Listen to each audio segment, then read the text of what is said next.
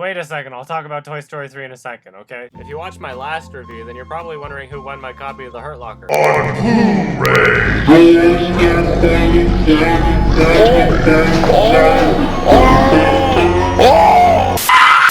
Shay was actually pissed at me because I didn't put Antichrist as the best movie of the year. So he went on my computer and tried to make it so that he won my Blu-ray, just out of spite. And I wasn't gonna stop him, because I'm a fair person.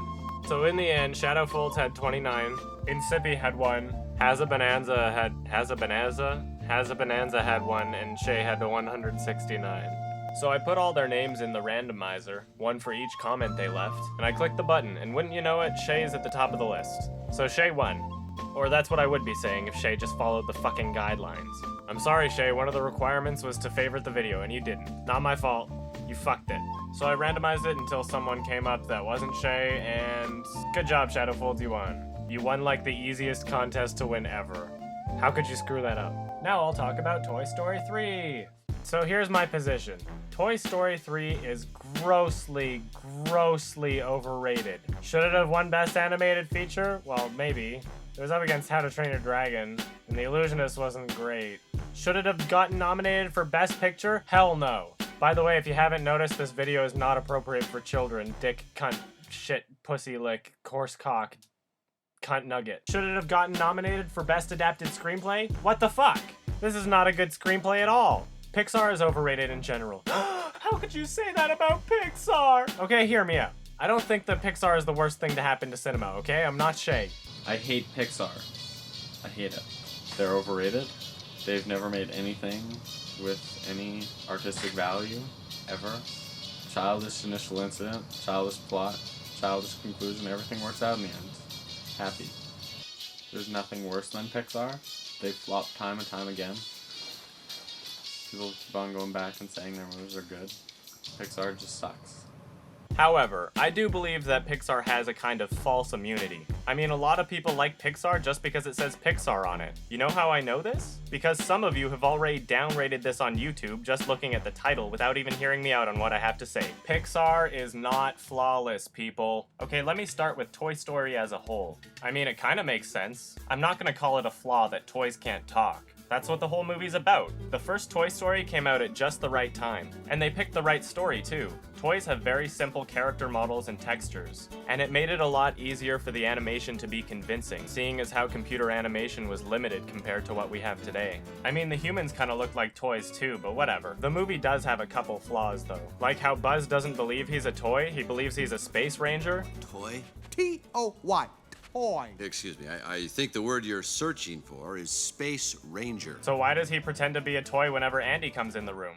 Wouldn't he be like, oh my god, a giant? Buzz believes his laser can kill people and Andy's just playing with it. I just don't get why he's being perfectly still and pretending to be a toy when he doesn't believe he's one. It's never really addressed. And don't tell me that the toys were just metaphors. They very obviously have a real effect on the world they live in. Hannah! Oh, Hannah! Mom?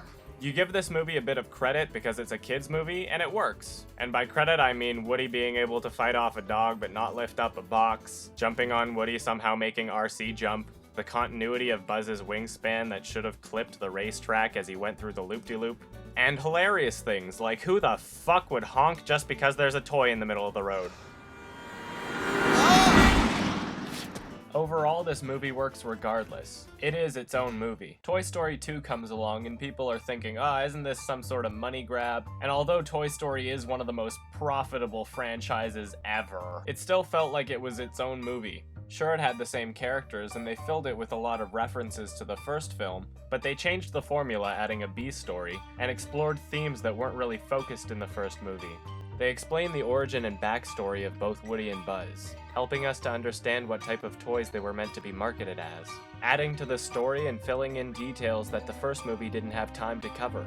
Toy Story 2 complemented the first movie, but it wasn't dependent on it. So aside from the extra credit that society says we have to give to kids' movies, the only real problem I had was this scene.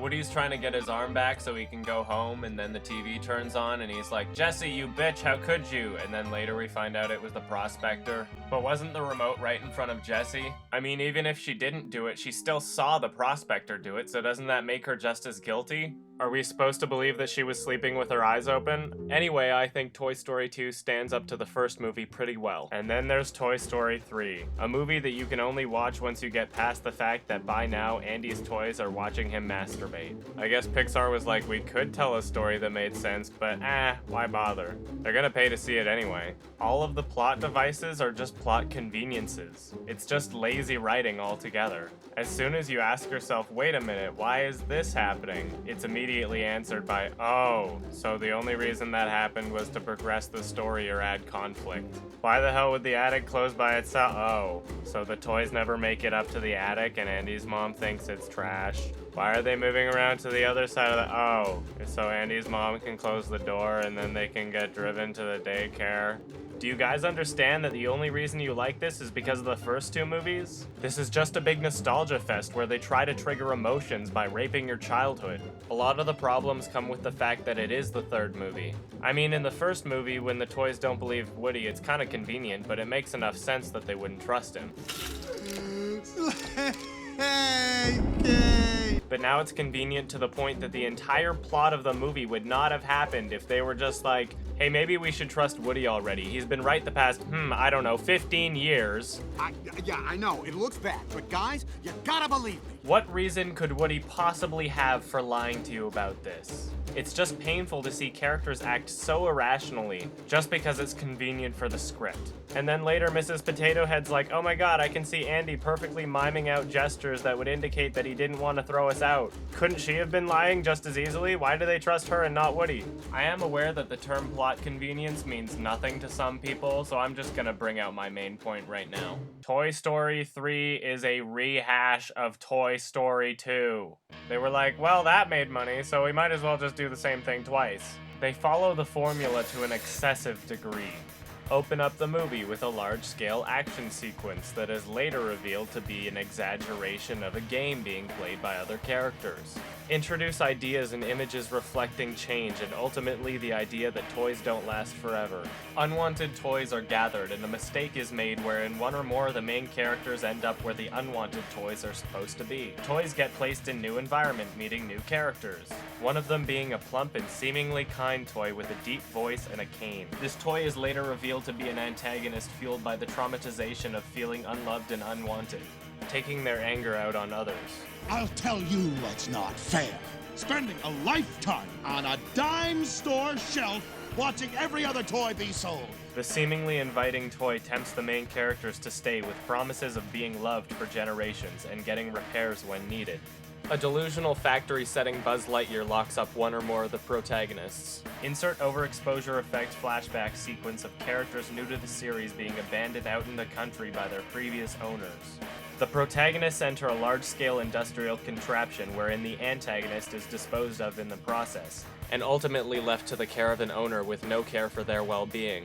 But wasn't the theme of closure exclusive to Toy Story 3? I guess, but they also could have made a good movie with the theme of closure in it, you know. So when you've got nothing to support a movie that rides on, I'm gonna dangle your childhood toys in front of your face until you cry, then all you're left with is the credit that you're supposed to give it for stupid things. Like when they talk about the monkey who's looking at the security cameras, and they put extra emphasis on his ability to see toys trying to escape from the daycare. But Buzz already escaped by this point. Why wasn't he watching the security cameras then? Why didn't we hear any monkey screaming over the intercom? This doesn't make any sense. And what's up with Buzz's Spanish setting? So he's normal, and then they switch him to factory setting, and then they press reset and he's Spanish, and then they have no idea how to switch him back, and then a TV falls on him and he's fine again.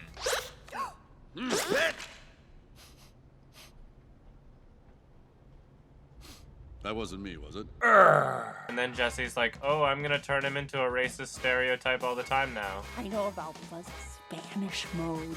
My what? What are you gonna do? Are you just gonna push a TV on his head every time you want to change him back? Are the jokes worth it? I mean, is there anything else for this movie if you're not emotionally involved? The jokes weren't even that funny. I mean, the highlight of the movie is like Mr. Tortilla Head, and that doesn't even make any sense. I'm not gonna complain that pieces of plastic can walk around and talk, but they can animate other objects now? How the hell is he standing up? If you cut holes in Andy and stuck him into Andy, would he be able to control Andy? Why don't you just stick him into the ground and then he'll control the whole world? Don't worry, I'm completely aware that some of these are just problems that I have with the movie, like how they changed Bullseye into a dog. I mean, in Toy Story 2, he was doing things that were like a dog. There were points where his tail would be kind of wagging and he was kind of panting. But then Pixar just said, fuck it, he's a dog now. Stay. Oh, Bullseye. If your horse is making noises like that, there's something wrong with him and you should get him to a doctor. So aside from all the plot conveniences and the intentional choices that I just happened to disagree with, I still felt like there were parts that should have made more sense. Like when they're on the conveyor belt and Slinky gets lifted up to the giant magnet because he's made of metal. And then they're like, we need to get Slinky down. And Slinky's like, no, you guys should come up here because you're gonna die if you don't. So then everybody grabs something metal. Ha ha ha, the horse is in a horseshoe. And then Lotso's like, help, I don't understand karma. And Woody's like, it would be out of character if I didn't try to save him. So him and Buzz try to save him. The golf bag is too heavy. Woody takes out a golf club. It lifts him off the ground because it's metal. Buzz uses his weight to bring it back down. And then all three of them use the same golf club to be lifted up to the magnet. What? Can someone explain to me how the weight of Woody and Buzz is greater than that of Woody, Buzz, and Lotso? Is it lazy not to just change it to, each character quickly grabs a separate golf club and is hoisted to safety? So they get to the other side of the death machine, and they notice the metal still stuck to the roof and are like, where is everybody? And they're like, we're down here. But how did Slinky get down? Isn't he made of metal? Did you not notice this didn't make sense as you were writing, or did you just think, it's kids, they're too stupid? And that's the problem I have with Toy Story 3. Because of the Pixar label, people are treating it like it's better than Rango. I know this isn't Mars Needs Moms or anything, but Best Adapted Screenplay nomination? I didn't know screenplay and marketing strategy were synonymous. If I was blindly emotionally involved in the story, would my brain just trick itself into believing there's no problems with it? Is it really that emotional to see creepy Andy go, this is how you must play with your toys because your own imagination is secondary to that of mine as a kid? Don't let him near your daughter, he has mental problems. You're not even playing with the kid anymore, you're just playing with Woody. I'll give the movie some credit, they did make some new and interesting characters that they never did anything with. But seriously, this does not belong on the top 250 movies of all time. So hopefully from this you understand where I'm coming from when I say it is grossly, grossly overrated. It is the best reviewed movie of 2010. And I'm not saying don't enjoy the movie, enjoy it all you want. Just stop fucking pretending that it's better than other kids' movies because it's from Pixar. They made it dumb because kids don't have to think about those things, and that's fine, but kids don't decide the Academy Awards, do they?